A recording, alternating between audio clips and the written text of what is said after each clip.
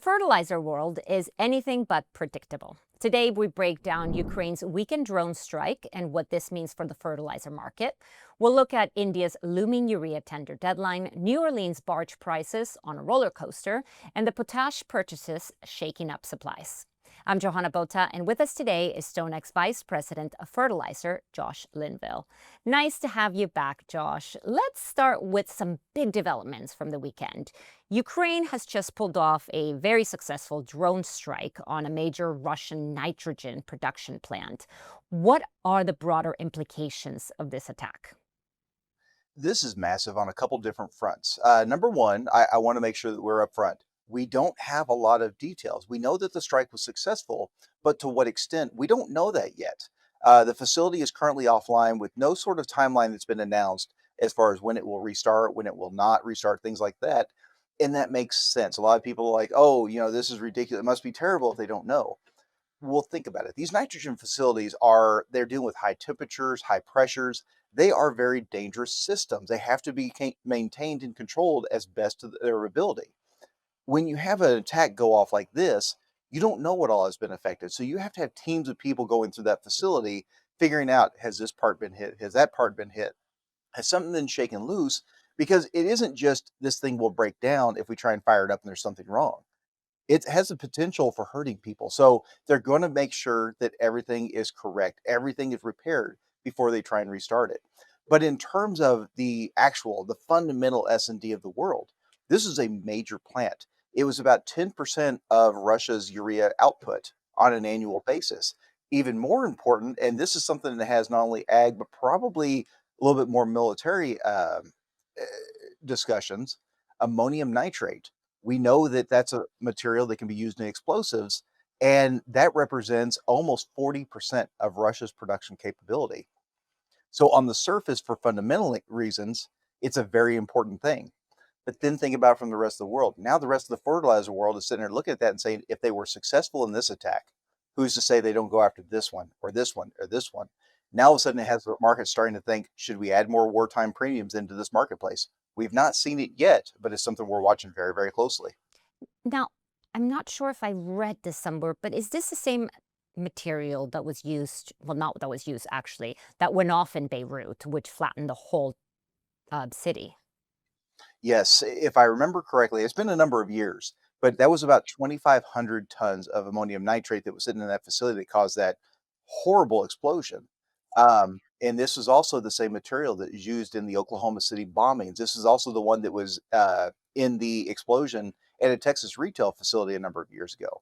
So this has a history of causing destruction, causing damage. And like I said, yes, there is an ag input for it. It is a great material. Our family used to use it all the time, but it also has other uses if you use it correctly. Much darker uses. Well, let's move on to India now, because back in late May, we were talking and India had announced a urea tender with bids set to close by this Wednesday night into Thursday morning. What should we be looking out for? What should we anticipate next? We're waiting for the information. Typically speaking, after the offers are turned in, the import party, in this case it's NFL that's handling this tender, is generally fairly quick on getting the details out. And we're going to want to see how many tons were offered on the tender. That's usually important to tell you how many or how few tons are actually available. And then, of course, what are the lowest prices? India operates a little bit differently on how they purchase their urea. They don't just go out and buy product. They basically sit there and say, we're going to hold a tender. They receive offers from the rest of the world, and then they open these offers and show it to the world to show we're not manipulating prices. We're not doing any backroom deals. What you see is what you get. The West Coast and the East Coast, well, in this one, it will only be the West Coast because that's the focus. The lowest price will set what we call the L1. And then the import party, again, in this case is NFL, will sit there and go to every other offer and say, okay, if L1 was 500, you offered a 505. Do you want to sell 500? Yes or no? Next one, do you want to do 500? And they'll go through that list until either they get the tons they're looking for or they run out of offers. Now, the last 3 months have been very volatile, I would say, and NOLA prompt urea barge values, for example, have climbed and fallen a total of $350. What triggered that volatility?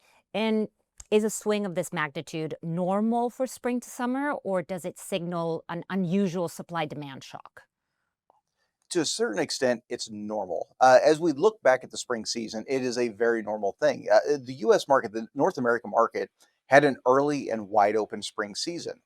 The import market and supply chain has to assume somewhat of a normal marketplace. If it brings product too quickly from the rest of the world, well, that product sits on boat with nowhere to go, and daily demurrage will eat you alive.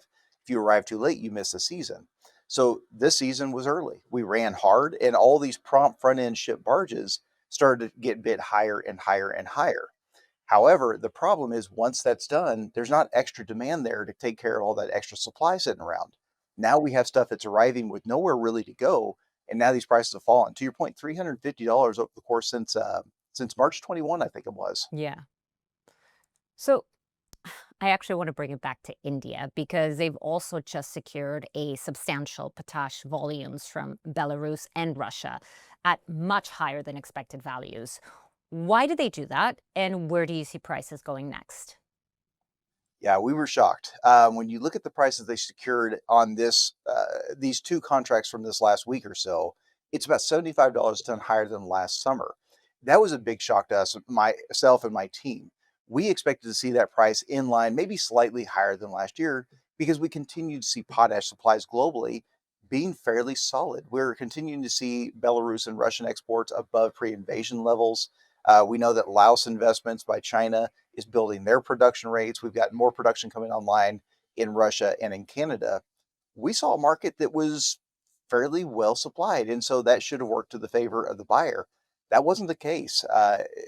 India bought, I know in the first jag was about 650,000 tons, and then they bought another block from Russia. So what this does for the rest of the world is basically it starts to set the price floor. Because if somebody else says, well, I don't want to buy that high price, I want to buy something lower, they're like, we just sold over 500,000 tons at this price. Why do you think you're special? Why do you think you should deserve to get something cheaper?